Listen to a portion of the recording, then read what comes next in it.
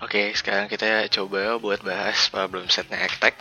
Oke, a bank is offering a loan of 25,000 with nominal interest. Oke, berarti ini adalah nominal interest yang ini I, compounded monthly. Berarti dalam sebulan-sebulan gitu, payable in 60 months. Oke. Berarti ya ini kira-kira berarti 5 tahun lah ya. The loan origination fee of 2% will be taken out from the loan amount. Oke, ini maksudnya apa? Jadi kan kita punya 25.000. Ini adalah nominal yang kita pinjem gitu. Kalau misalnya kita ke bank sekarang gitu minjem 100 juta. Nah, itu nanti utang kita sebenarnya itu kepotong sama fee peminjamannya 2% gitu. Oke, berarti yang kita pertama hitung, kita hitung yang A dulu aja. Yang pertama kita hitung adalah berapa sih aslinya yang kita pakai gitu, yang kita pinjem. Yang kita pinjem itu adalah 98% dikali 25.000. Nanti kita akan dapat hasilnya itu adalah 24.500 gitu. Nah, ini adalah nominal yang kita pinjam gitu. Kemudian nominal interest itu kan 18% gitu. Berarti kalau misalnya ditanya interest per month, itu kan sama aja 18 per 12 gitu. 1,5%. Oke. Kalau misalnya ini 1,5%, nanti ini buat jawab yang B juga bisa sih. Misalnya mau kita jawab yang B nanti. Oke, kalau misalnya ini 1,5%, kita bikin dulu cash flow diagramnya. Cash flow diagramnya kayak apa? Nah, berarti kita kan di sini di ke 0 itu kita dapat 24.500. Gua bikinnya nggak detail-detail banget, pokoknya yang penting kelihatan gitu. Nanti di sini berarti monthly payment 1, 2, 3 sampai ke 60. Ya kan? Ini tandanya terus menerus ya. Ini berarti A, ini A, ini A, ini A gitu. Oke, ini cash flow diagramnya. Dari sini, kalau misalnya kita punya 24.500, berarti kan sama aja kita akan mencari A kan. Berarti 24.500 itu present, kita pakai jadinya apa? P, I, I-nya itu berarti 1,5%. N-nya berapa? N-nya kita lihat, payable in 60 months, periodenya 60. Berarti ini 60 gitu. Oke, kalau misalnya udah kayak gitu, kita kan tahu tuh P-nya tadi berapa? 24.500. Ini A per P, ini 1,5%, ini 60 gitu. Ini silakan kalian cari faktor bunganya, nanti dapat nominal A-nya berapa ya? Pokoknya intinya kalau nggak salah tuh 600-an deh. 600 sih. Lupa, pokoknya intinya segitu. Nanti dapat. Oke. Itu berarti A udah kejawab ya, segini, 600-an. Gue lupa 600 berapa, kalian cari aja faktor hubungannya ini. A per P, 1,5 60 gitu. Kalau buat cari yang B, gue nggak tahu sekarang juga bingung kenapa ini udah disebut loan origination fee will be taken out. Nah, ini kenapa ditulis lagi gue juga bingung. Tapi yang intinya adalah ini. What is the effective interest rate gitu. Ya udah, karena kita udah tahu tadi interest per month-nya adalah 1,5%, ya kan? Berarti kita tinggal pakai aja rumusnya apa? I efektif itu sama aja kan 1 tambah yang per month-nya berarti 1,5%, gini kan. Terus kita pangkatin berapa kali gitu. Karena dia tanyanya berarti efektif interest kan dalam setahun ya. Terus kita kurangin 1. Nanti dapat ini hasilnya lupa 19% lah, gue lupa. Silakan dicari sendiri aja. Pokoknya intinya jawabannya itu 600-an sama 19%-an gitu. Ya gue juga gak bisa ngitung cepat banget ya. Intinya pokoknya jawabannya segitu. Nanti kalau masih ada yang bingung tanya aja. Oke, kita lanjut nomor 2 ya. A man wants to help provide a college education for his young daughter. Oke, he can afford to invest. Oke, ini berarti kita lihat yang ini adalah A gitu. Karena ini kenapa? Dia setiap tahun dalam waktu 4 tahun gitu. Ya berarti ini jangka waktunya gitu. Jangka waktunya N-nya beginning on the girl's 4th birthday. He wishes to give his daughter. Berarti ini 4.000 ini nanti kita tulis di cash flow aja kali ya. 18, 19, 20, 21. Ini 19 ya harusnya. Masa 18 2 kali. For a total of 16,000. Assuming 5% interest, ya berarti ini adalah I.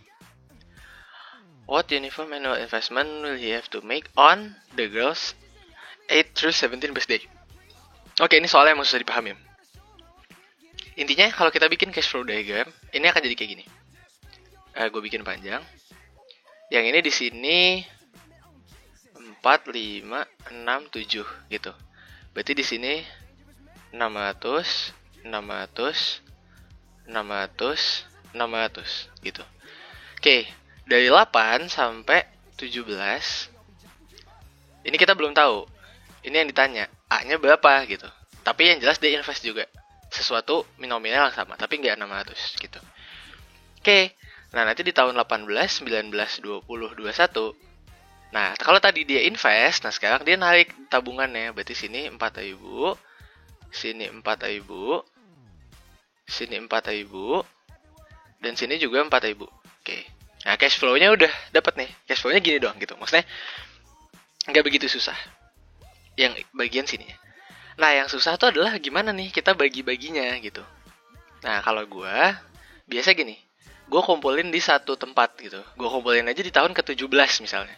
Jadi semua nominal ini gue pindah gitu ke tahun yang ke-17 gitu. Si 600-nya ke sini, terus 4.000-nya ke sini. Pokoknya semua gue pindah. Jadi nanti hasilnya tinggal 8 sampai 17 cash flow diagramnya gitu. Kalau misalnya udah kayak gitu, gue mau ngitung dulu nih yang 4, 5, 6, 7. Yang bagian sini gue hitung dulu. Gimana cara ngitungnya? Gue akan ngitung di tahun ke-7.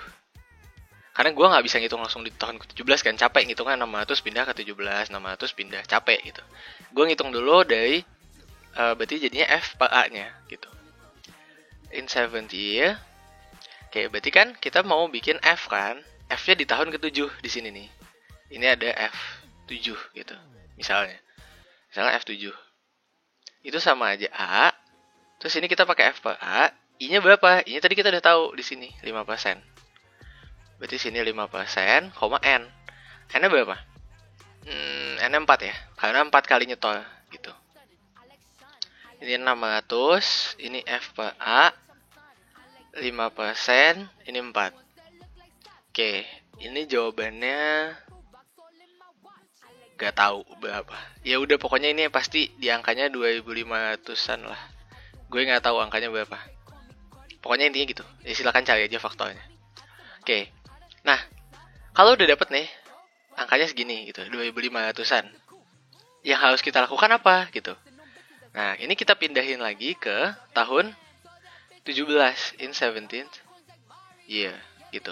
Caranya gimana? Ya udah karena ini di sini, kita pindahin ke sini kan? Kita pindahin ke sini nih. Sorry, kok ini naik sih posisinya? Sorry. Ini berarti istilahnya di sini value ke-7 lah. Ini misalnya F7. Gitu. Maksudnya di tahun ke-7 nilai 600 gitu. Tapi ini enggak usah ditulis, sebenarnya enggak masalah. Nah, kita mau nyari nih di tahun ke-17 nilainya berapa gitu, F17 misalnya. Berarti F17 itu kan sama aja kita nyarinya dari nilai present. Nah, yang diambil jadi nilai present itu adalah nilai F7 tadi gitu, si 2.500-an tadi. Berarti ini pakai F per P, I-nya tadi 5% kan? Sama N. N-nya berapa? Ya udah hitung aja gitu dari 7 ke 17 kan berarti 10 tahun. Berarti N-nya 10 gitu. Berarti ini 2.500-an tadi. F per P 5% sama 10 gitu. Nah ini hasilnya 2.500, 5%, 4.000-an kali ya. 4.000. Gue gak tahu. Pokoknya intinya ini adalah jadi 4.000-an gitu. Gue aja nanti dicari ini faktornya berapa gitu. Jadi intinya adalah kita cari dulu nilai dari si A ini di tahun ke-7 berapa ternyata yang kekumpul sama si man tadi gitu. Nanti setelah di tahun ke-7 kan dia berhenti nih cash flow yang 600-annya. Kita pindahin ke tahun ke-17 gitu.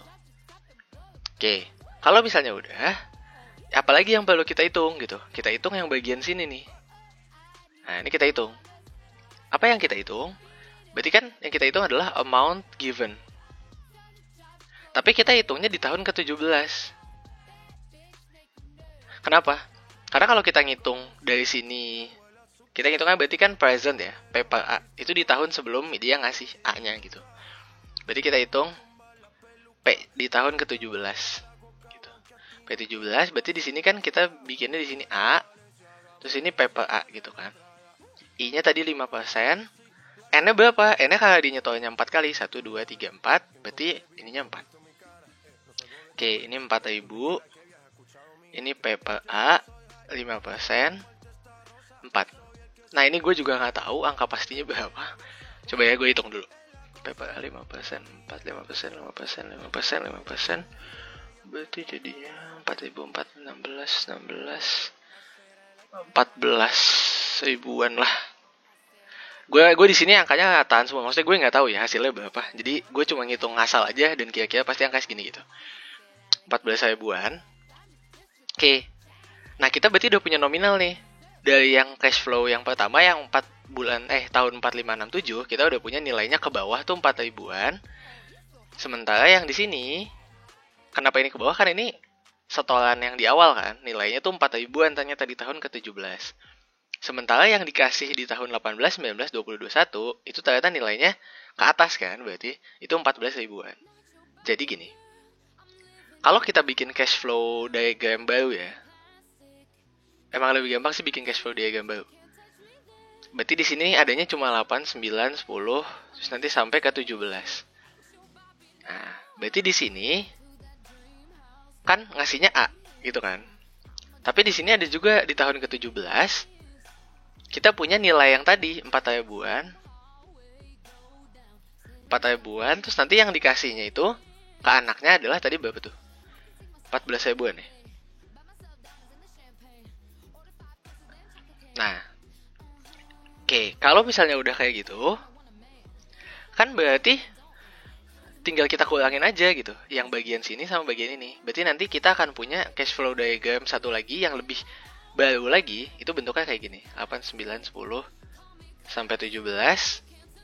Ini A, dia nabung A. Nanti di sini kita akan punya 10.000 gitu, 10 ribuan gitu, atau 9 ribuan, gue juga nggak tahu. Kalau udah dapet kayak gini kita malah lebih gampang kan, kita tinggal cari aja deh. Berarti kalau misalnya ini berarti kan nilai future ya. Ini F, ini A. Kita tinggal pakai aja. Kalau kita mau nyari A, kita punya nilai F gitu. Berarti kita pakai faktor upper F, 5%. N-nya berapa? 8, 9, 10, 11 sampai 17 gitu. Berarti kan totalnya kita 10 kali nyetol A-nya gitu. Ini berarti 10.000. Ini upper F. Ini 5%, ini 10. Ya ini silakan dicari aja faktornya. Karena gue juga nggak tahu berapa. 10.000, 10.000, 1.000. Ya kalau nggak salah 700-an lah. Nanti dapat jawabannya segini. 700-an gitu. Oke. Nanti kalau misalnya yang bingung nanya aja nggak apa-apa, PC aja gitu atau boleh. Soalnya ini emang agak susah karena ada 3 gitu loh. Ada yang bagian pertama dia nyetolnya sama, bagian kedua nyetolnya sama, bagian ketiga ngambilnya sama gitu. Makanya kita ngitungnya emang harus hati-hati gitu. Intinya kalau di recap lagi adalah nilai cash flow pertama yang 604 kali kita pindahin ke 17. Kemudian nilai cash flow yang akhir 18, 19, 20, 21 kita pindahin ke 17 juga. Nanti dapat bentuknya kayak gini gitu. Nanti ini sama ini tinggal dikurangin, dapat cash flow yang lebih sederhana jauh gitu. Jadi tinggal kita cari A-nya. Oke. Kalau udah aman ya, kita lanjut nomor 3. Nah, nomor 3 ini sebenarnya ada susah juga kalau gue bilang. Maksudnya mungkin gak sesusah yang tadi gitu, tapi ya sama aja sih, susah juga. Oke. Yang ditanya apa? What is gue baca soal dulu. Helen can earn 3% interest in her saving account. Her beta is 11 years old today. Suppose Helen deposit 4,000 today. Oke. What is the annual equivalent of her deposit? Oke. And how much is on deposit after the... Oke, berarti ini pertanyaan A. Ini pertanyaan B. Ini 3% interest. Kita langsung ambil I. Pokoknya kalau baca soal, ada angka. Kalian langsung lihat itu kepake apa enggak. Dan itu kategorinya apa gitu. Nih, deposit 4.000 today. Berarti ini yang awal kan. Ya, pokoknya intinya ini yang awal lah. Tapi ini kepake. Terus 1 year from today she deposits ini juga kepake. Nah, yang ini each year she increase her deposit by 500 gitu. Berarti ini apa? Ini adalah G gitu, gradient. G-nya gede ya harusnya, nggak tahu, udah amat. Harusnya kayak G-nya gede, kayaknya sih. Ya kalau salah bilang aja. Oke, berarti kita akan bikin cash flow diagramnya dulu. Ini gue ngajak nomor A dulu. Cash flow diagramnya gini. Kan dia 11 tahun ya. 11 tahun, 12, 13, sampai 17, 18. Oke. Di tahun pertama, ini dia deposit adalah 4.000. Di tahun kedua, ini cuma 500. Tahun ketiga 1.000.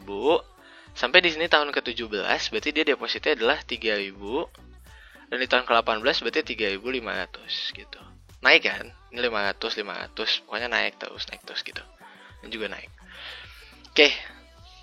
Ini cash flow diagramnya. Kemudian, nah kita lihat. Ini tuh gimana sih misahinnya gitu. Kalau gue lebih suka gini. Kan yang pertama ditanya itu adalah annual equivalent kan. Nah, kita pisahin dulu, dia jadi 2.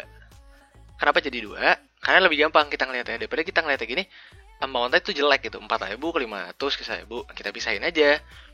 Di sini 4.000 sendiri. Nanti 11, 12, 13, dan seterusnya sampai 18 itu kosong. Ditambah sama satu lagi. 11, 12, 13, 14, 15, dan seterusnya sampai 18. Ini 500. Ini 1.000. 1.500, 2.000, sampai terakhir adalah 3.500 gitu. Ini kan lebih teratur. Yang ini adalah single payment, yang ini adalah gradient payment gitu.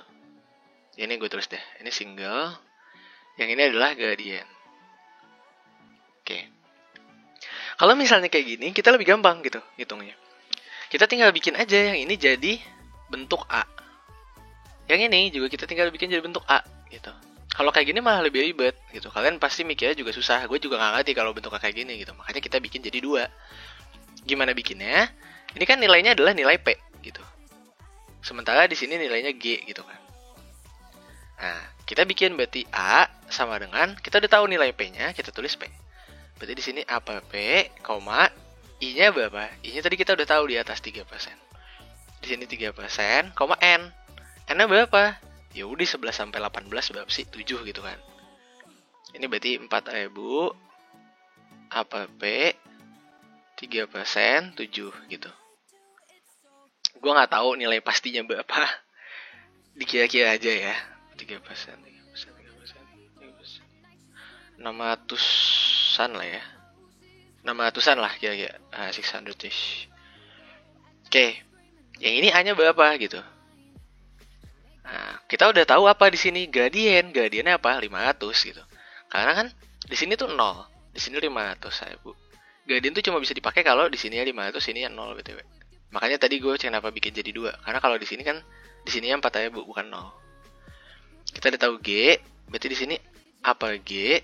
I-nya sama 3%. N-nya berapa? 7 gitu. Ini berarti 500 apa G 3%, 7. Aduh, malas ngitung apa G. Gua nggak tahu rumusnya. 500 apa G 3%, 7.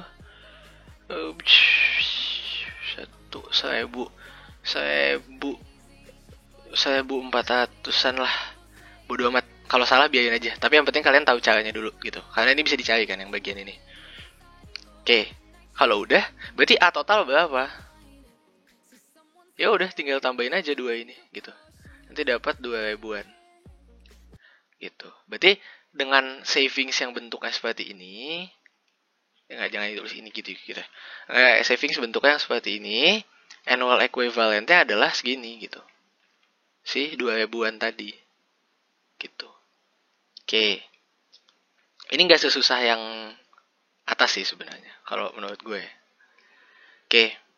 Kita lihat yang B. Yang B itu apa sih? Total ya. Kalau menurut gue sebenarnya sama sih. Kayak ini tuh dipindah aja. Mending gue copy kali ya. Ya ini gue copy aja kali. Oke.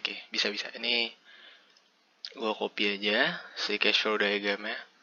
Karena gue males banget bikin ulang. Jadi kita copy aja. Kita copy. Salah.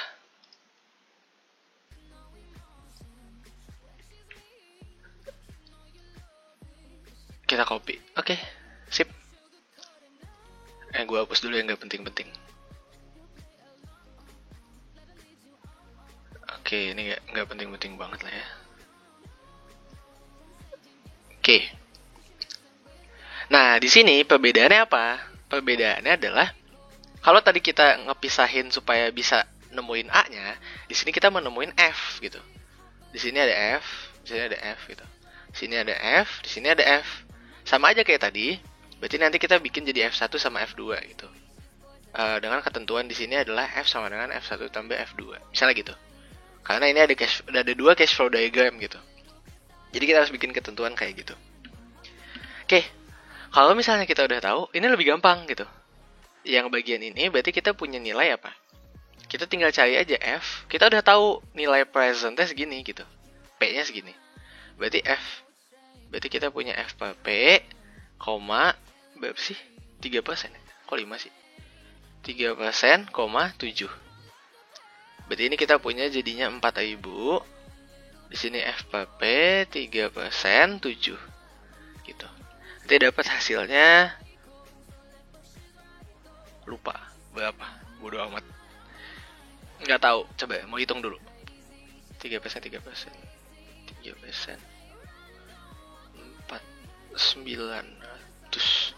4.900-an lah gitu. Silakan nanti cari aja. Oke, ini lebih gampang gitu karena langsung ketemu. Nah, yang sebelah agak ribet. Kenapa? Kita kan nyari nilai filter F kan. Sementara di sini tuh adanya gradien dan nggak ada rumus F per G gitu. Bingung kan lo? Nah, solusinya apa? Solusinya karena kita punyanya adalah P per G, kita bikin nilai presentnya dulu di sini gitu.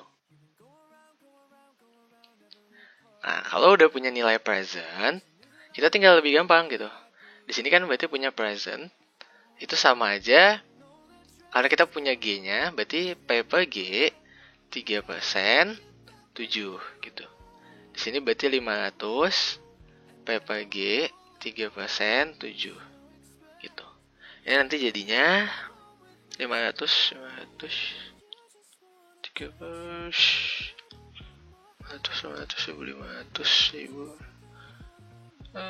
11 ribuan lah kayaknya. Nggak tahu, gue malas gitu.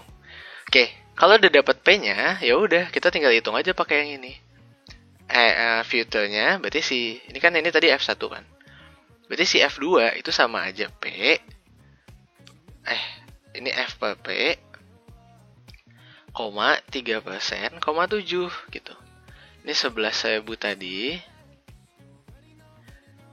Ini F per P 3%, 7 gitu. Nanti dapat hasilnya adalah berapa nih? F per P 3%, 7, berarti 3%, 14 ribuan lah. Gua nggak tahu tepatnya berapa. Nah, ya udah. Kalau misalnya udah tahu nih bentuk modelnya kayak gini, kita udah punya F1 sama F2, dan tadi konvensinya adalah ini, bahwa F itu adalah F1 tambah F2. Berarti 4.900-an tambah 14 ribuan. Ya, mungkin kira-kira hasilnya 18.900-an. Kurang lebih gitu. Oh, udah kelar. Jadi, kalau punya soal yang modelnya seperti ini, yang cash flow yang gak jelas gini, kita lihat dulu polanya bisa dibikin apa. Kalau di sini bisa dibikin present, di sini bisa dibikin gradient gitu. Nggak ada F per G, ya udah kita bikinnya P dulu, nanti baru dijadiin nilai F pakai F per P gitu. Jadi jangan mikir ribet-ribet lah, karena sebenarnya ini tuh apa ya? Ektek tuh kalau kalian mikirnya ribet, emang jadinya ribet gitu. Tapi sebenarnya pasti ada cara gampang. Ini contohnya nomor 4. 4 tuh gue ingat sebenarnya. Mungkin kalau kalian nonton video gue yang sebelumnya, ini ada rumusnya gitu. Tapi berhubung gue bukan orang yang suka ngapalin rumus, gue nggak tahu rumusnya apa gitu. Jadi kita bikin cash flow-nya dulu. Cash flow-nya di tahun pertama nggak ada. Terus kemudian cash flow-nya di tahun 1, 2, 3, 4, 5. Gini kan. Di tahun pertama cash flow-nya itu adalah misalnya gini. Kan di sini savings ya. Ya udah berarti anggap aja ke atas gitu. ke atasnya 400 gitu. Di tahun kedua naik 6%, berarti jadi 424. Di tahun ketiga naik lagi 6%. 6% dari 424 itu berarti 2544, berarti 449,44. Oke. Di tahun selanjutnya naik lagi gitu, 449,44, 6%. Itu dapat berapa? 47 6,4. Terus di sini naik lagi gitu, 6%. Berarti nanti dapat 5 pasti depan 5. 504,9 gitu. Ya anggapnya segini. Oke, kalau misalnya ini gue sederhanain deh, 0,4 aja, capek gue ngitungnya. Oke. Di sini kan sebenarnya kita lihat ya, di sini berarti kan life 5 years ini N gitu. Mungkin kalau kalian mau pakai rumus gitu, 6% annually gitu. Ini berarti apa? Ini kenaikannya gitu, gue lupa hurufnya apa. Yang itu ini, jadi jangan sampai kebalik kalau kalian pakai rumus. That's why gue juga nggak suka rumus karena bisa ketukar-tukar gitu. Kalau kalian baca soalnya baik-baik langsung ketahuan gitu. Kalau ini ada 5 tahun, terus kemudian tahun pertama 400, tahun kedua naik 6%, then increasing by 6% annually gitu. 6%, 6%, 6%, 6% naik gitu. 10%-nya buat apa? 10%-nya buat ngitung nilainya di tahun ke 0 gitu, present value-nya. Oke. Karena gue nggak tahu mus, gue akan menggunakan gini. Berarti PV itu sama aja P1 tambah P2 tambah P3 tambah P4 tambah P5 tambah P5 gitu. Berarti kalau udah kayak gini bentuknya, ini punya 400, berarti ini jadinya FPP, 10%. Kenapa 10%? Karena ini I gitu, bukan 6% yang dipakai. 6% adalah kenaikan. Sekali lagi gue ingetin tuh. N-nya berapa? 1 tambah 424. FPP tadi sama 10%, berarti ini jadi 2. Kalau kalian bingung 1-2-nya gimana, lihat aja, ini kan loncatnya 1, ini loncatnya 2 gitu. Takutnya ada yang mikir kan, gimana gitu, 2-nya dapat dari mana, 2 kurang 0 apa gimana. Udah lihat loncatnya aja kalau kata gue begitu. Berarti di sini 449,4 FPP 10% 3 gitu, tambah 476,4 FPP 10% 4 tambah 504,9 FPP 10% 5 gitu. Ini silakan tambahin semua sendiri. Nanti dapatnya ya segitulah. 125. Ya udah 1.600-an pasti. Dapatnya 1.600. Ini menurut gue soal yang agak, mungkin kalau kalian bingung mikirnya, ini adalah soal yang cukup susah gitu. Tapi apalagi kalau kalian ngapalin rumusnya mungkin jadi susah. Tapi kalau kalian balik lagi pakai cash flow diagramnya dan pola pikirnya gimana, nanti ini soal ini mungkin lebih gampang gitu. Daripada soal yang atas-atas, yang atas susah banget sumpah. Apalagi nomor 2 tadi, capek. Oke. Pakus savings account earn 13% compounded weekly. Oke. Kalau kalian baca ginian, ini kan I ya. Ini I nominal. Ya kan? Kalian baca lagi compoundednya kapan? Weekly. Kenapa kecoret yang bawah? And receives quarterly deposits of 38,000. Oke. Berarti deposit dia per kuartal adalah segini gitu, 38.000. Per kuartal itu berarti 3 bulan. His first deposit occurred on October 1, 2006. Buset, lama banget. And the last deposit Oke. April 2022. Oke, ini nanti gampang lah. Teacher's account earn 13%. Ini sama, I nominal. Compounded weekly juga. Oke, berarti sama. Berarti ini nggak masalah ya. Tapi dia depositnya semi-annual atau 6 bulan. Dan depositnya 18.000. Itu bedanya di situ.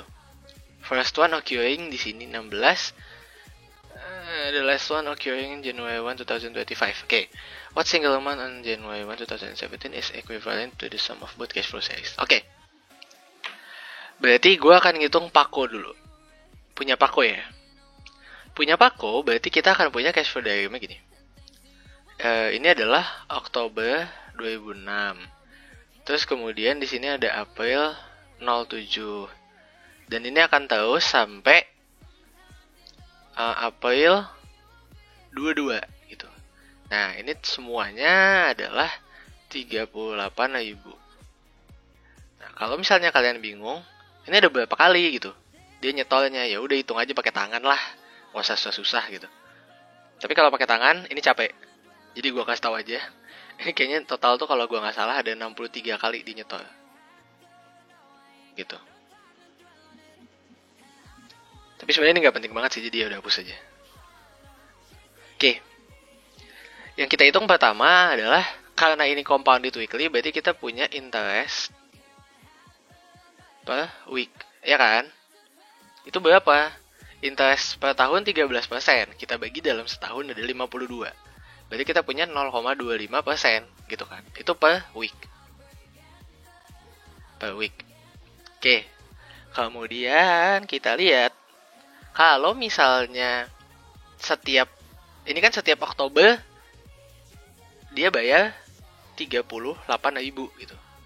Berarti kita cari find A per week gitu. Kalau misalnya kita mau nyari berapa yang dia bayar per week, berarti kan jadinya A gitu. Di sini F, ini A per F. I-nya tadi berapa? I-nya 0,25 gitu. 0,25%. N-nya berapa? N-nya kita lihat dalam satu kuartal ya. Itu ada berapa week? Ya udah berarti satu tahun kan 52 ya kan. Satu kuartal berarti 1/4 dikali 52 berarti 13 gitu. Pertanyaannya gini, F-nya dari mana gitu kan, bingung kan. F-nya kita ambil aja 38.000. Kenapa? Kenapa kita harus ambil 38.000 F-nya? Karena di sini kan sebenarnya gini, ini kan ada kecil-kecil nih. Satu kecil 13 gitu. 13 kali di sini 38.000. Makanya di sini jadi nilai F 38-nya, ininya yang A gitu. Ini di sini A per F 0,25%, 13. Oke, di sini nanti kita akan punya, gua nggak tahu ini berapa sumpah. Ya udah ini 2.800-an lah. Silakan hitung sendiri. Ininya ada faktornya di buku kalian pasti. Oke. Kemudian kita udah dapat nih setiap minggu yang kita bayar segini gitu.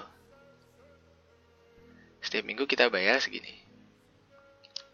Kemudian kita lihat, apalagi yang kita lihat adalah kita nentuin di April 2022 ini F-nya berapa gitu.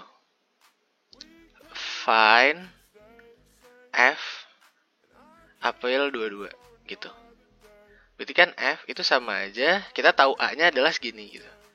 Di sini F per A, I-nya adalah 0,25% karena per week kan.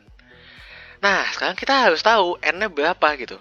Berarti berapa week dari sini sampai sini gitu. Nah, ya udah. Berarti kan tadi gue udah bilang kan, ini ada 63 kali di nyetol. 63 kali dikali satu kali kuartal itu adalah 13 minggu gitu. Berarti nanti kita punya di sini 2.800-an. Di sini F per A 0,25%. 63 kali 13 819 gitu. Nah, ini silakan nanti cari faktor hubungannya sendiri. Nanti dapat hasilnya itu kalau nggak salah 7 jutaan. Oke. Gue nggak hafal berapanya gitu.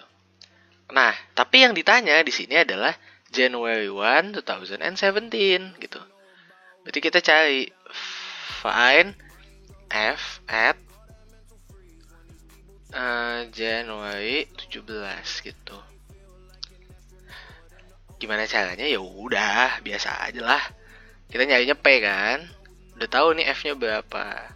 PPF 0,25%. Nah, mungkin kalian ada yang nyari pakai kalender ya, angka minggunya berapa. Terserah, kalau gue tapi lebih suka gini. Kan ini Januari 2017 sampai berapa itu tadi? Januari 2017 sampai di sini April 2022 gitu. Ya sebenarnya kalau kalian mau pakai kalkulator juga nggak masalah sih. Maksudnya bukan kalkulator, sorry, pakai kalender. Ya nggak masalah gitu. Tapi di sini tuh 273 weeknya. Gitu. 273-nya dari mana? Iya. Kan di sini berarti ada 21 kali kuartal. Di sini 21 kali kuartal dikali 13 gitu. Nanti dapat segini, 273. Oke, F-nya dari mana? F-nya tadi 7 jutaan. Di sini PPF 0,25%, 273. Nah, ini silakan nanti dapat hasilnya 3 jutaan. Dapat tuh, itu punya Pako di Januari 2017. Sekarang kita lihat punya Tisha. Punya Tisha gimana gitu? Tisha. Punya Tisha berarti dia kan nyetolnya itu adalah kapan sih nyetolnya? Bentar. Tisha itu nyetolnya berarti Juni. Juni apa Juli sih? Lupa dah. Pokoknya iya Juli. Juli 16 terus Jan 17 sampai Januari 25. Ini dia nyetolnya 18.000. Dan ya mungkin kalau ini penting ya, nyetolnya tuh kalau nggak salah berapa ya? Nggak tahu lah, udah nggak usah, nggak penting. Nyetolnya 18 kali sih, 18 times. Mungkin kalau kepake di bawah nanti. Oke, di sini adalah kita cari F-nya gitu. Kemudian sama kayak tadi interest per week kan kita nggak usah nyari lagi karena sama kan kayak si Pako 0,25%. Oke, kemudian sama kayak Pako tadi kita find E per week. Caranya sama kayak si Pako tadi. A itu sama aja berarti A per F terus I-nya 0,25. N-nya berapa? Nah, N-nya karena dia adalah 1 semester, kan dia nabungnya tuh 1 semester ya, 6 bulan. 6 bulan tuh ada berapa minggu? Berarti 26 gitu. F-nya berapa? 18.000 gitu. Ambilnya dari mana? Dari sini. Di sini A per F 0,25%, 26. 26-nya tadi 1 semester. Dia dapat di sini tuh kalau nggak salah jadinya 600-an apa? Lupa. Ya nanti dicari aja. Oke, sama kayak tadi juga. Kita cari di nilai akhir gitu. Find F Jan 25. Gitu. Di sini F itu sama aja A. F per A, I-nya 0,25. Nah, di sini N-nya berapa? Ya, hitung aja sih. Maksudnya kalian di sini 18 gitu. 18 kali. Di sini kan dia 18 kali nyetol kan, 18 kali nyetol, terus setiap nyetol itu worth 26 minggu gitu. Berarti 18 kali 26. Gitu. A-nya berapa? A-nya tadi 600-an. Di sini F per A 0,25%. Sama di sini 18 kali 26. 18 kali 26 itu berarti 468 gitu. Ya ini silakan dicari faktornya sama. Nanti akan dapat di sini tuh kalau nggak salah 500 ribuan lah. 500 ribuan gitu. Tapi ini masih di Januari 25 gitu. Kita nyarinya adalah di 2007 gitu. Berarti kita find F adalah di Januari 2007. 2017. Sabar gue buka. Sorry. Oh, 2017. Oke. Januari 17 gitu. Gimana caranya? Ya udah pakai P. Jadi pakai P per F aja. Kayak biasa tadi. P per F I, N. I-nya berapa? 0,25%. N-nya berapa? Nah, ini N-nya sama. Kalian mau ngitung dari Januari 17 sampai Januari 25 pakai kalender itu nggak masalah gitu. Tapi kalau gue ngitungnya adalah gini. Kan misalnya di sini dia 26 kan. Nah, ya udah kalau misalnya enggak deh. Ya, pokoknya terserah kalian lah. Mau Januari 17 sampai 25. Terus berarti kan 8 tahun gitu. 8 tahun kalian kali 52 jadi 4. 52 berapa sih? 16 ya. 52 kali 8. 52 kali 7. Iya 7 ya. Sabar. 52 kali 8, sorry. 52 kali 8 misalnya. Ya udah 416 gitu. Terserah. Kalau gue di sini 417. Kenapa? Karena gue seingat gue tuh, gue hitung di kalender tuh 416 4 hari. Jadi gue hitung 417. F-nya berapa? 500 ribuan tadi. Ini P per F 0,25%, 417. Dapat di sini hasilnya adalah 200 ribuan seingat gue. Terus pertanyaannya apa? Pertanyaannya yang di sini kita lihat. Equivalent to the sum of both cash flow series. Berarti kita tinggal Paco tambah Tisha. Paco tambah Tisha berapa gitu? Paco tambah Tisha, Paco tuh kan tadi berapa? 3 jutaan ya. Tambah Tishanya 200 ribuan. Ya udah silakan nanti hasilnya berapa. 3200-an kali, nggak tahu. Pokoknya intinya tinggal Paco tambah Tisha aja. Berapa angkanya? Oke, nanti kalau misalnya ada yang masih bingung, oke ada yang nanya gitu, ini kenapa nggak kita jadiin future value aja nanti di 2017 nanti dihitung gitu. Bisa aja, tapi seingat gue karena ditanya adalah sum of both cash flow series, berarti yang di sini di belakang 2007 harus dihitung juga. Tapi nggak tahu juga nanti, mungkin bisa dicoba aja. Kalau hasilnya emang sama, berarti bisa dipakai gitu.